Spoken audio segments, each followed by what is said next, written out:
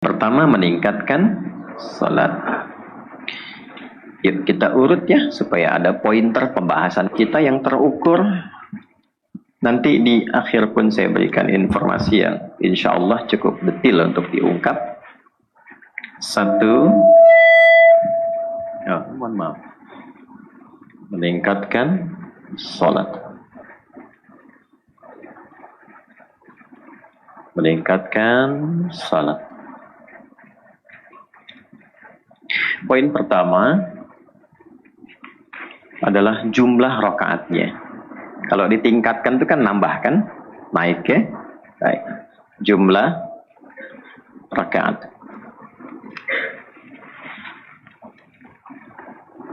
Dan oke. Kedua,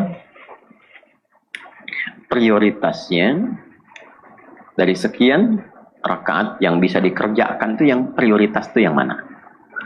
Baik ya. Yang ketiga, yang keutamaan terkait dengan Ramadannya. Jadi di antara sholat-sholat ini, nanti ada sholat yang prioritasnya terkait dengan jumlah rakaat. Dari yang jumlah rakaat yang jadi prioritas ini, ada keutamaan apa di dalamnya?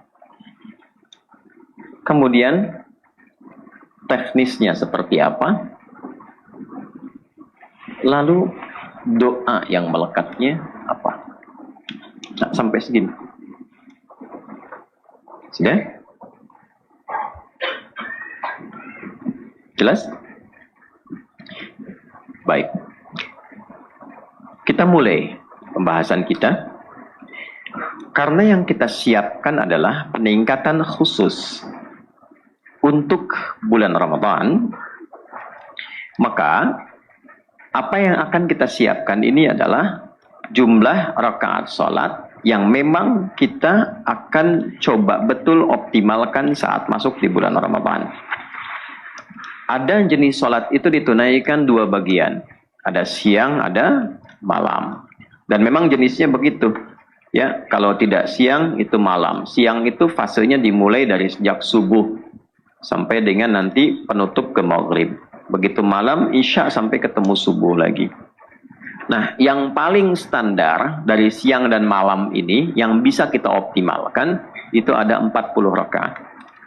Yang paling standar. Berapa rakaat? Yang paling standar. Satu, adalah yang tidak bisa tambah kurang. Bilangannya harus segitu. Tidak bisa dikurangi. Dikurangi berdosa, ditambah bid'ah. Tinggal pilih. Ya. Jumlah rakaatnya 17.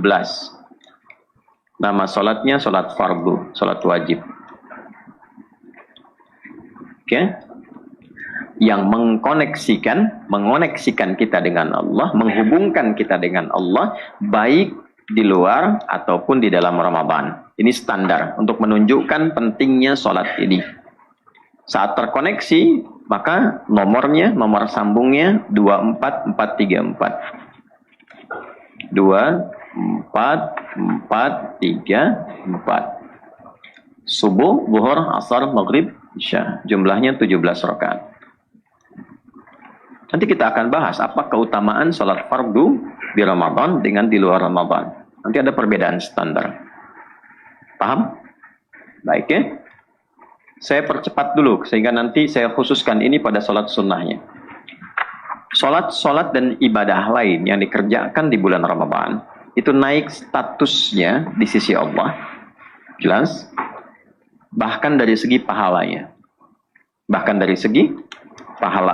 Jika ditunaikan benar karena Allah, itu minimal. Wallahu a'lam bissawab. Kalau mengacu pada pemahaman hadis qudsi di Al-Bukhari Kitabus Shiyam, hadis yang kedua itu, wal hasanatu bi asyri amthaliha. Standar Ramadan ketika ikhlas meninggalkan makan karena Allah, meninggalkan minum karena Allah, meninggalkan syahwat karena Allah, as-siyamu li wa ana ajzi bihi. Kalau puasanya betul ikhlas karenaku, maka ukuran pahalanya bukan yang standar lagi kata Allah. Aku yang langsung kasih.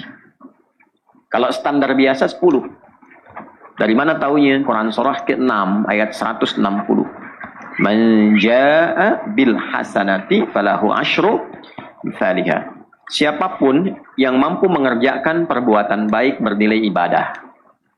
Jadi perbuatan baik yang bernilai ibadah singkatnya disebut hasanah, gampangnya begitu.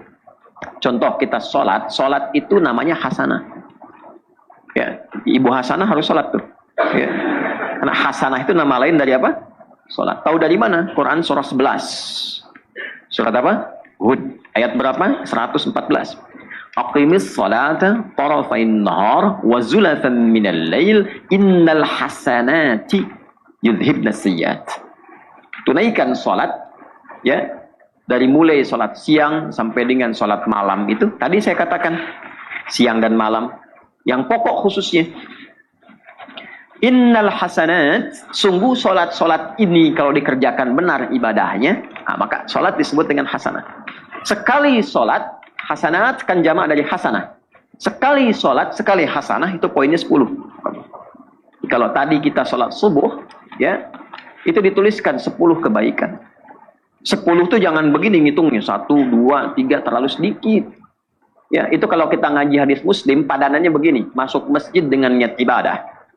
Ya, dan yang di area sekitarannya ini yang tidak bisa masuk, dia duduk di tempat yang bisa dia dapatkan. Itu pahalanya baru datang, belum apa-apa. Itu sudah 25 kebaikan di hadis Muslim.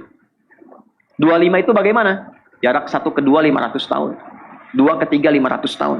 3 ke 4 500 tahun. Itu belum ngapa-ngapain. Baru datang, baru Pak duduk tahiyatul masjid itu belum dilakukan, baru datang. Baru datang, tapi dengan niat ikhlas untuk ibadah. Bukan update status. Ya. Makanya seringkan saya di awal ingatkan, coba ikhlaskan dulu hatinya gitu, supaya dapat itu. Nah, sholat sekali dikerjakan dapat 10. Jadi kalau nggak sholat tuh pasti rugi. Makanya sifatnya memaksa supaya kita untung. Itulah rahmannya Allah kepada kita. Allah tuh sayang karena itu dipaksa supaya kita nggak rugi. Itu poinnya. Jadi cara melihatnya begitu. Makanya ketika Anda bertanya, kenapa sih mesti sholat ya Allah? Coba dengarkan di telinganya tuh 5 kali dalam sehari. Hayya 'alal falah. Supaya engkau sukses, kau bahagia, kau beruntung. Saya paksa itu supaya engkau dapatkan falah. Jadi kalau sudah didengar 5 kali sehari nggak paham juga, dengan cara apa lagi diperdengarkan? Dan kalimat itu tidak pernah berhenti 24 jam. Itu yang menjadikan waktu sholat itu terasa ada bedanya, jaraknya.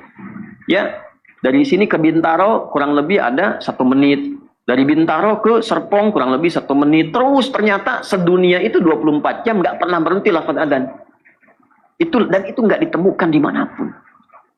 Dan itu bukan buatan manusia. Ini menunjukkan kebenaran risalah Islam. Di mana ada panggilan iman untuk ibadah, 24 jam nggak berhenti, dan detil perputarannya seperti itu sempurna. Dan itu bisa dibuktikan dengan pendekatan ilmiah. Dikajinya kan pakai hitungan. Ya kan? Detil sekali. Itu dari mana itu?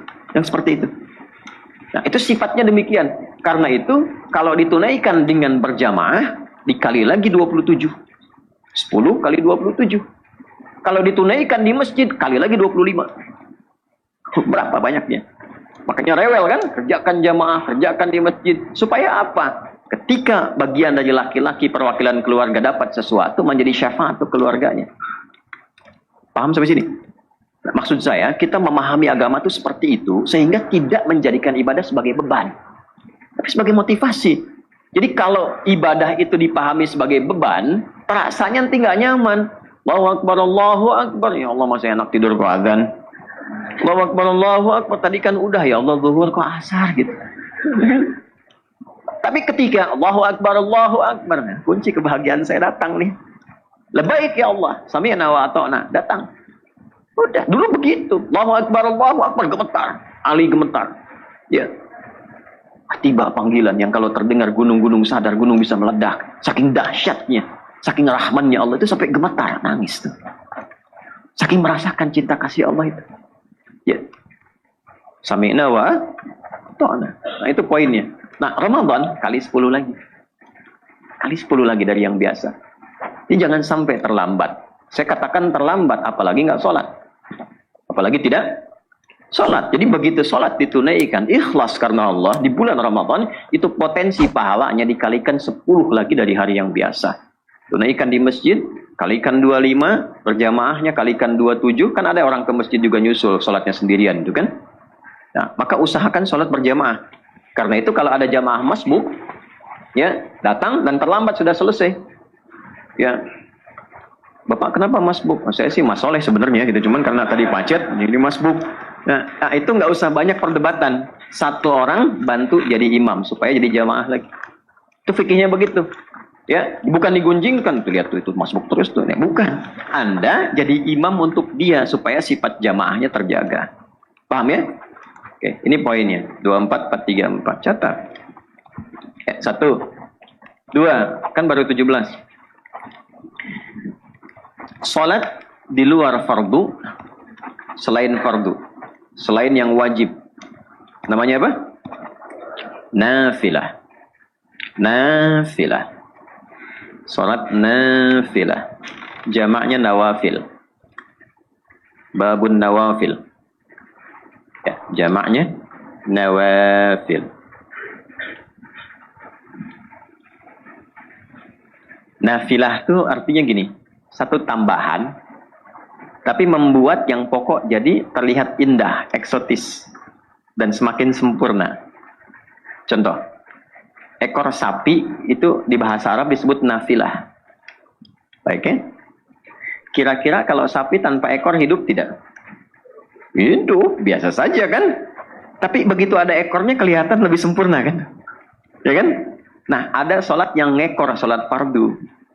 Ya, kita nggak tunaikan sholat itu pun sah sholat fardunya. Tapi kalau dikerjakan sholat itu, dia menutup ruang-ruang yang kosong di sholat fardu. Yang kurang sempurna, yang lalai saat sholat, takbir pertama fokus betul sholat, begitu rakaat kedua ingat kreditan, gitu kan? Ingat jemuran belum diangkat musim hujan. Nah itu yang nutupnya itu ini nafilah, nawafil. Maka optimalkan dulu yang melekat dengan yang fardu supaya bebannya ringan. Kalaupun dianggap sebagai beban, tugas, itu ringan. Karena nempel dengan yang fardu. Waktunya nggak terlalu jauh. Dan orang umumnya banyak menunaikan. Ya, karena nempel dengan yang fardu, berurutan. Runtut. Jadi ada yang sebelum fardu, setelah fardu, runtut tuh.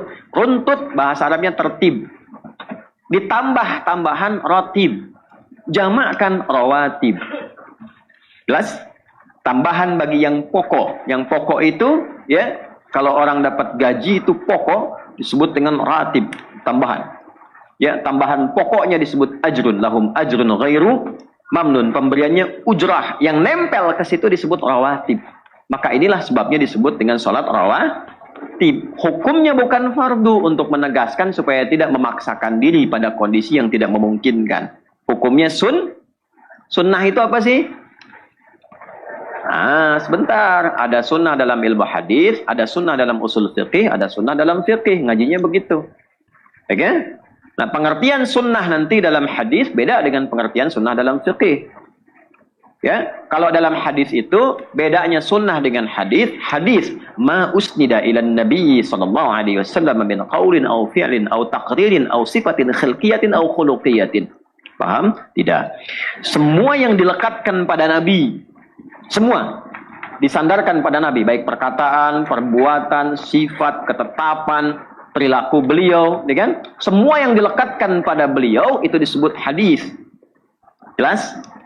Tapi kalau beliau kerjakan itu secara langsung, kan ada yang dikatakan tapi nggak dikerjakan. Ada. Ada yang ditetapkan tapi Nabi nggak melakukan. Nabi menetapkan hukumnya boleh, tapi Nabi tidak melakukan itu. Ada. Contoh bab makanan. Makan daging bob. Bob. Ya. Hewan di padang pasir itu yang seperti biawak gitu ya. Ada orang menyebut kadal Arab dan sebagainya gitu. Dia itu yang cepat jalannya, itu bob namanya. Bob. Nabi nggak makan itu. Nggak makan. Tapi Khalid bin Walid, panglima perang, membawa itu. Setelah dimasak, selesai dihidangkan di hadapan Nabi. Begitu dihidangkan, Nabi nggak makan. Komen? Tidak. Ya. Apakah like, dislike juga? Belum tentu juga. Maka Khalid mesti menguji. Diuji, dimakan oleh beliau, Nabi diam. Tidak melarang, tidak juga menyarankan. Dalam ilmu usul fiqih disebut takrir, namanya ketetapan. Nabi yang membolehkan. Sebab kalau itu haram, langsung bilang, Lid, jangan Lid. Haram. Gitu? Orang kita lah begitu kan, kalau nyingkatnya. Ya, jangan, itu haram, tapi dibiarkan, itulah takdir namanya. Diam itu tanda setuju. Dan nanti kaidah ini diterapkan di bab nikah, Bu, dalam lamaran. Kalau anak ibu dilamar, ingin memberikan jawaban kepastian, jawab, jangan diam. Ketika diam dianggap setuju. Itu betul, maka muncul kaidah itu di usul fikih. Ya, viral sekali. As-sukutu alamatu heeh. Ya. Diam itu tanda setuju. Nah, itu kaidah. Ya. Nah, kenapa Nabi nggak makan? Sederhana, persoalan selera. Kalau ada kambing kenapa harus makan? Ya kan? Karena selera saja. Kenapa Khalid mesti memaksakan diri untuk mencoba di hadapan Nabi? Karena Khalid ini jenderal perang. Tugasnya banyak keluar. Dan tidak setiap keluar menemukan kambing guling. Ayam tangkap, ayam panggang, ayam macam-macam. Tidak ketemu. Ini nanti jadi hukum rumus bagi pasukan-pasukan khusus yang berjuang. Kalau nggak ketemu kambing, nggak ketemu ayam, gimana hukum makanan seperti itu? Muncullah nanti hukum qiyas namanya. Paham sampai sini? Nah, ini dalam. Nah, inilah dalam hadis. Jadi tidak setiap yang hadis disebut sunnah. Sunnah itu kalau Nabi mengerjakan secara langsung dan nanti ditunjukkan punya dua sifat yang boleh kita ikuti, yang tidak boleh kita ikuti. Yang boleh kita ikuti sunnah makan, bab makanan lagi. Ya, misalnya idza quddimat ta'am, ya, maka jika hidangan itu dihidangkan di hadapan kita, qul biyaminika, khudh biyaminika ma yalik. Ambil dengan tangan kananmu yang paling dekat denganmu. Sambillah, sebut nama Allah sebelum dimakan. Sebut nama Allah sebelum diminum. Bismillahirrahmanirrahim. Demikian di Al-Bukhari. Paling singkat bismillah. Bismillah itu paling singkat, gitu. Ya, kalau mau dilengkapi bismillahirrahmanirrahim. Itu sunnah, begitu diikuti dituliskan pahala dan turun cinta Allah. Ada yang Nabi kerjakan dalam hidupnya, tapi kita nggak boleh ngikuti. Maaf Bu ya, jangan terlalu sensitif. Misal pernikahan Nabi dengan berapa istri? 11 istri, 1 milkul yamin, tidak berlaku bagi Anda. Jelas? Dah, jangan terlalu jauh, baik kesini lagi. Ini jumlahnya ada 12 yang sunnah di bab usul fikih. Saya terangkan lagi, masuk ke fikihnya. Apa itu sunnah secara fikih? Secara fikih itu bila dikerjakan dapat pahala. Perhatikan definisinya. Bila dikerjakan dapat, tak mampu mengerjakan karena alasan yang jelas, udzur syar'i, maka tidak mengapa. Saya kurang sepakat dengan definisi begini. Bila dikerjakan dapat pahala, ditinggalkan tidak berdosa. Pertanyaannya, kenapa Anda tinggalkan ketika Anda mampu melakukannya? Ya. Maka kalau ingin lebih dalam, dikerjakan dapat pahala, tak mampu mengerjakan karena alasan yang dibenarkan syariat, maka tidak mengapa. Nah, maka itulah sunnah. Didahulukan kalimat sunnah ini karena ada motivasi pahala. Karena memang psikologi orang ke depan itu ngejar pahalanya. Motivasi orang itu selalu mendapatkan jawaban begini, saya dapat apa kalau mengerjakan itu? Ya kan? Ya kan? Saya kalau kesini dapat apa? Maka ulama mempopulerkan nama sunnahnya dibandingkan dengan nafilahnya, supaya memberikan kesan kalau Anda kerjakan ada pahalanya loh. Gitu. Karena itu yang dikenal sholat sunnah, bukan sholat nafilah. Nama yang dipopulerkan. Kenapa? Karena umumnya karakter orang-orang ke depan lebih ngejar pahalanya untuk menunaikan ibadahnya. Untuk motivasi. Maka ada 12 rakaat jenis yang sunnah ini yang sifatnya rawatib. Oke. Detailnya. 4 rakaat sebelum zuhur. 4 rakaat itu teknisnya bisa 2 kali. 2 rakaat, kemudian salam. 2 rakaat, kemudian salam. Bisa 4 sekaligus. 4 rakaat sekaligus. Ya, ada ulama mendetilkan tasyahudnya terakhir aja gitu. Untuk membedakan dengan yang zuhurnya. Jelas? Ya, ada ulama mendetilkan lagi, tidak apa-apa. Kan itu bergantung pada niatnya.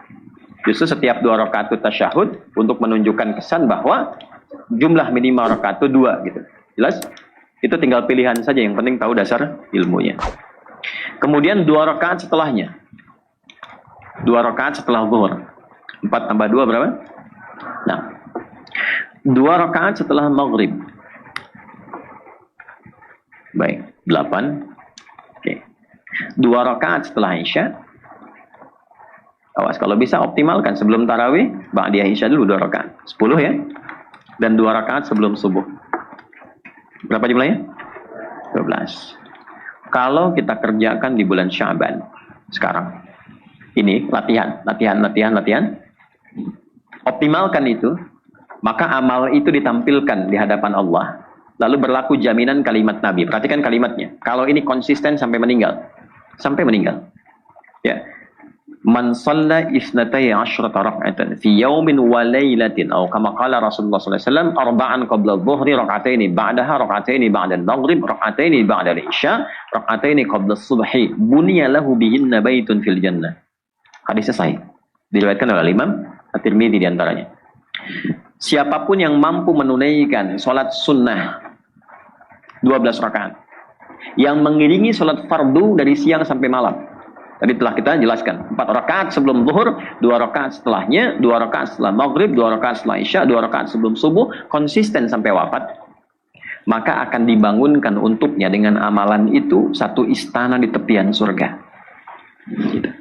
Dan semua yang meriwayatkan hadis ini, termasuk istri Nabi SAW, sampai ke para sahabat, itu langsung komennya begini. Saya sejak mendengar hadis itu dari Nabi, langsung saya kerjakan dan saya jaga sampai saya wafat. Itu, Anda bisa bayangkan. Itu di luar Ramadan. Ketika Ramadan, kalikan lagi pahalanya 10 kali lipat. Jelas ya? Baik. Selain nanti yang ini, rawatib ini punya pahala khusus menyempurnakan, menutup yang kurang-kurang di sholat fardu. Jadi kalau ada yang kurang khusyuk, yang nutupnya ini. Jelas? 12 tambah 17 berapa? 19. Sisa berapa? 29 sisa 11. 11-nya inilah yang sholat malam. Ya, masih ingat tadi? Malam itu apa bahasa Arabnya? Lail. Sholat ketemu lail jadi apa? Sholatul lail. Sholat lail atau qiyamul lail. Lail itu nama lainnya qiyam lail. Ini yang saya kotaki. Karena ini yang dimaksudkan turunan prioritas, punya keutamaan, teknisnya bagaimana, doa apa yang menyertainya. Ya, karena ini yang khusus di bulan Ramadan. Baik ya? Yuk kita ambil dulu ayatnya tentang sholat ini. Yang terkait dengan paket Ramadan dulu ya. Karena Ramadan itu satu paket, siang dan malam. Malamnya puasa, malamnya sholat. Jelas? Ya, jadi kalau Anda puasa saja, sah puasanya. Tapi tidak mendapatkan keutamaan malamnya. Tidak mendapatkan kesempurnaan Ramadan. Kenapa saya katakan tidak mendapatkan keutamaan dan kesempurnaan Ramadan? Karena kalimat Allahnya jelas dalam firman-Nya di Al-Quran. Surah kedua Al-Baqarah. Di ayat 187. Lihat ke ujungnya. Tsumma atimmus siyama ilal lail. Ada? Ayo, kalau di pembuka kan uhilla lakum lailatas siyami rafathu ila nisaikum hunna libasul lakum wa antum libasul lahun. Alimallahu annakum kuntum takhtanuna anfusakum fataba alaikum wa afa ankum fal'ana bashirum hunna wabtaghu ma kataballahu lakum wa kulu washrabu hatta yatabayyana lakumul khaytul abyadu minal khaytil aswadi minal fajr. Thumma atimmus siyama ilal lail. Sempurnakanlah puasa itu sampai dengan ke malamnya. Maksud malam di situ ada paket puasa, paket Ramadan maksudnya. Kalau puasanya yang menahan diri dari lapar, haus, tidak makan, tidak minum, menahan diri dari syahwat dan ketentuan-ketentuan yang berlaku di dalamnya, dimulai dari sejak subuh, berhenti di maghrib. Awas, Nabi yang lakukan, Nabi itu, Nabi ya, Nabi loh. Bu, Nabi. Ya. Orang paling soleh, Rasul paling tinggi, paling istimewa, puasanya sampai maghrib. Nah, kenapa saya katakan ini? Karena nanti ditemukan ada golongan yang sampai isya. Jadi jangan terlampau soleh. Ya. Sampai apa? Maghribnya. Yang lail malamnya adalah penyempurna dari paket puasa. Apa itu? Ibadahnya satu, sholat. Jelas ya? Ibadahnya apa? Sholat. Nah, sholatnya sholat apa? Sholatnya lail. Sifatnya nanti punya sifat. Nah, ini yang kita detilkan. Inilah pembahasan yang mahal, yang jarang diungkap. Baik, apa keutamaan pertamanya? Al-Bukhari, nomor hadis 37. Sudah? Hadis Muslim, nomor hadis 759. Kita pakai hadisnya dulu. Al-Bukhari, nomor hadis 37, hadis Muslim, nomor hadis 759. Periwayatnya sahabat Abu Hurairah radhiyallahu taala anhu mendapatkan langsung informasi A1 dari Nabi sallallahu alaihi wasallam. Beliau bersabda, perhatikan kalimatnya.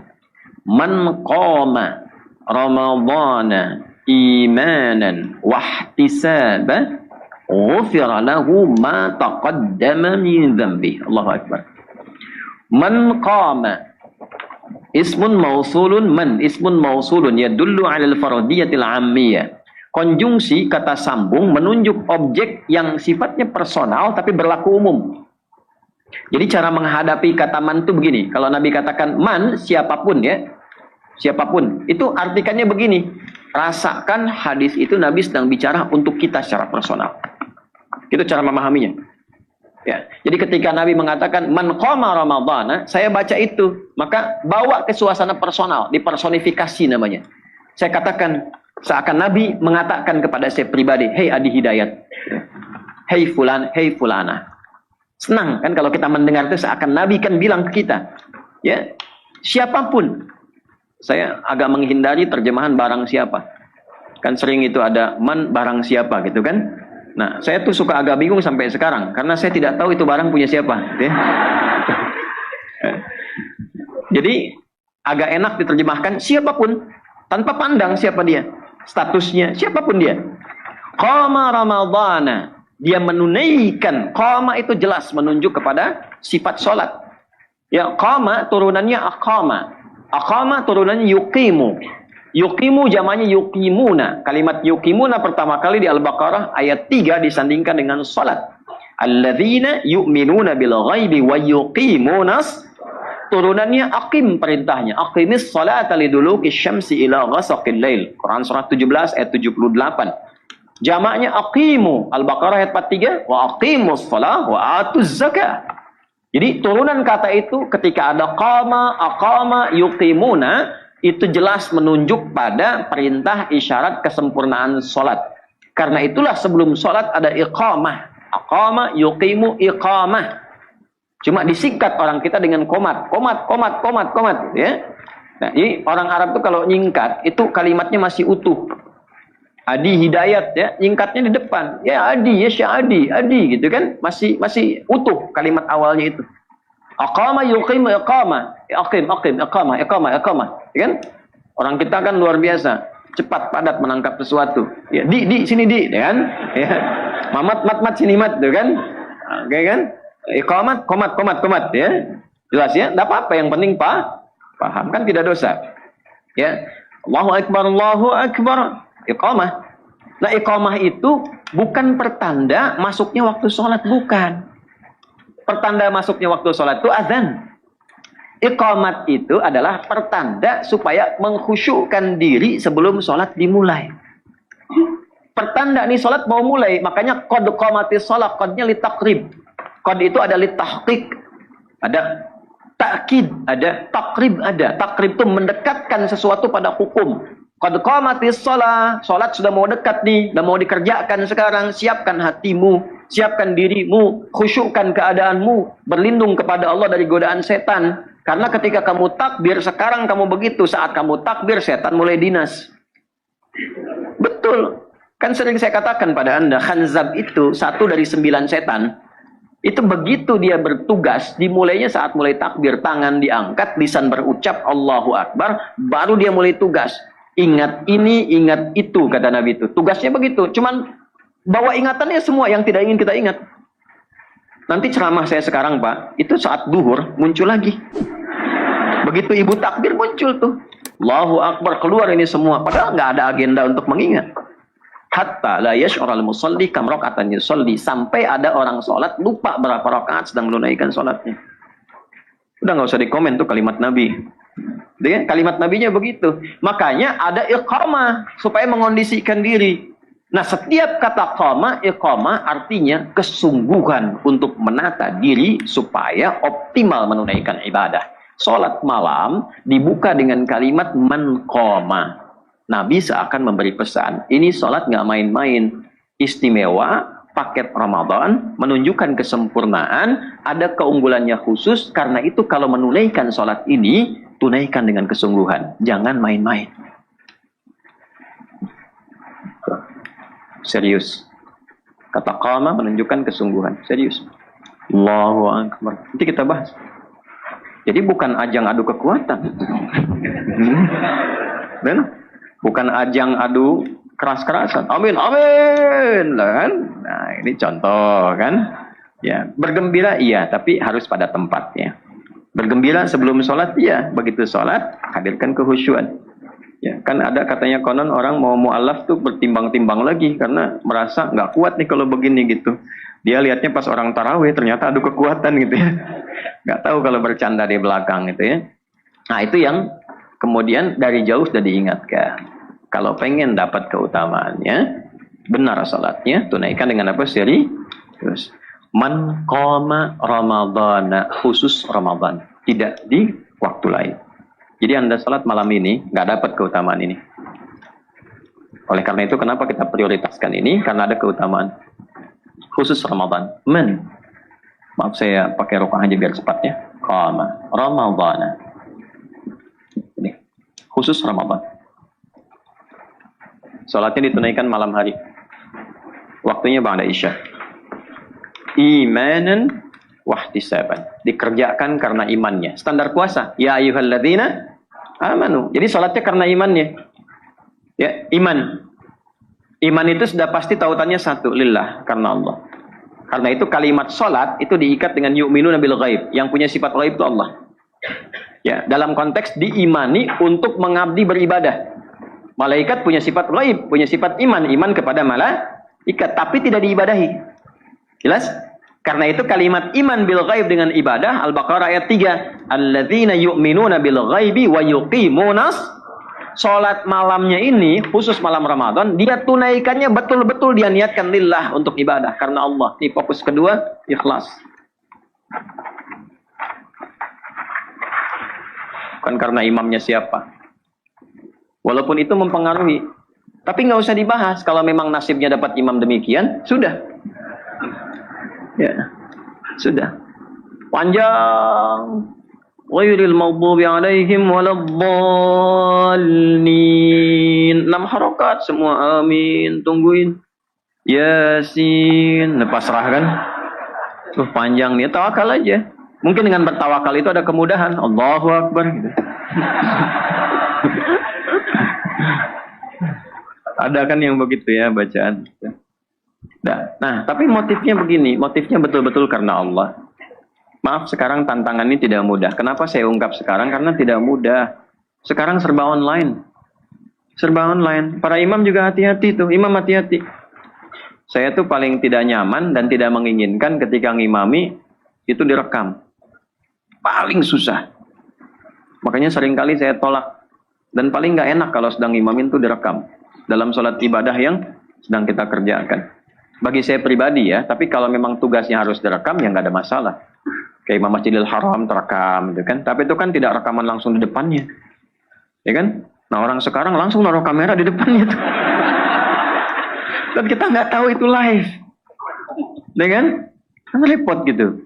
Nah, enggak, itu bergantung ke pribadi masing-masing. Tapi poinnya adalah jaga keikhlasan itu. Jaga. Nah, itu poinnya. Kalau ingin apa? Ingin keutamaannya. Kalau ingin menggugurkan kesunahannya, selesai. Tunaikan, selesai. Tapi ingin mendapatkan keutamaannya, standarnya, lakukan karena Allah. Karena motivasi ibadah itu cuma 3 nanti. Hadis pertama di Al-Bukhari. Bab yang pertama, Badul Wahid. Innamal a'malu bin niyat wa innama likulli imri'in ma nawa. Faman kanat hijratuhu ila Allahi wa rasulihi fa hijratuhu ila Allahi wa rasulihi. Wa man kanat hijratuhu lidunya yusibuha aw imra'atin yankihuha. Jadi, kalau ada orang ibadah termasuk nanti sholat malam Ramadan, motifnya 3. Ada yang ingin menyempurnakan ibadahnya, ada yang cari dunia yang kedua. Dunia itu banyak nanti kesannya. Bisa niatnya memang hanya untuk pertemanan, membahas proyek sambil tarawehan. Gitu kan? Bisa untuk nanti sambil lunasin utang. Bisa sambil jualan di masjid yang paling rame gitu kan. Ya tapi niatnya bukan tarawehnya, yang penting jualannya lah laku gitu kan. Bisa untuk update status. Ketemuannya di Istiqlal gitu kan. Di sini imamnya luar biasa. Begitu datang ceklik, malam ke-13 di Istiqlal. Ya kan? Nah, itu yang berbahaya. Atau yang modus awim ro'atin yang kiuha, cari jodoh. Oh, ini Nabi sudah mengungkap, artinya mungkin terjadi. Jadi kan yang akhwat-akhwat mencari itu imamnya Masya Allah gitu ya. Mudah-mudahan hari ini imam di masjid, besok imam di rumahku.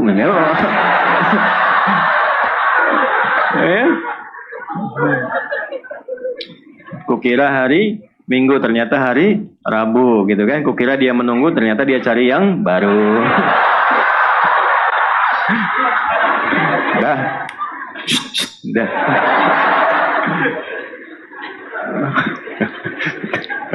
Sehat, Mas. Dinggit.